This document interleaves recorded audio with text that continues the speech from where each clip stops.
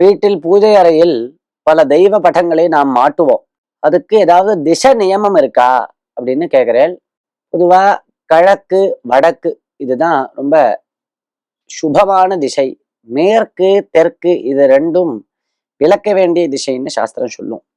நாம் நமஸ்காரம் செய்வதோ இதெல்லாம் கிழக்க பார்க்க பண்ணணும், இல்லை வடக்க பார்க்க பண்ணணும்.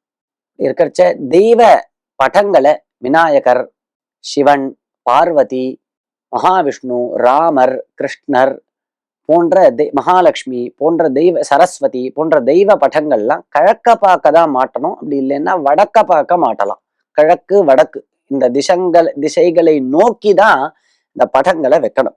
இப்படி இருந்தாலும் குறிப்பிட்ட தெய்வங்கள் உக்ர அம்சத்தை அதிகமாக கொண்டதான தெய்வங்கள் லக்ஷ்மி, நிருசிம்மர், காளி, பைரவர், ஞானத்தை கொடுக்கக்கூடியதான தட்சிணாமூர்த்தி, ஆச்சாரியர்கள், சந்நியாசிகள் இவர்களுடைய படங்கள்லாம் தெற்க பார்க்க மாட்டலாம் அப்படின்னு சாஸ்திரம் நம்மளுக்கு சொல்றது.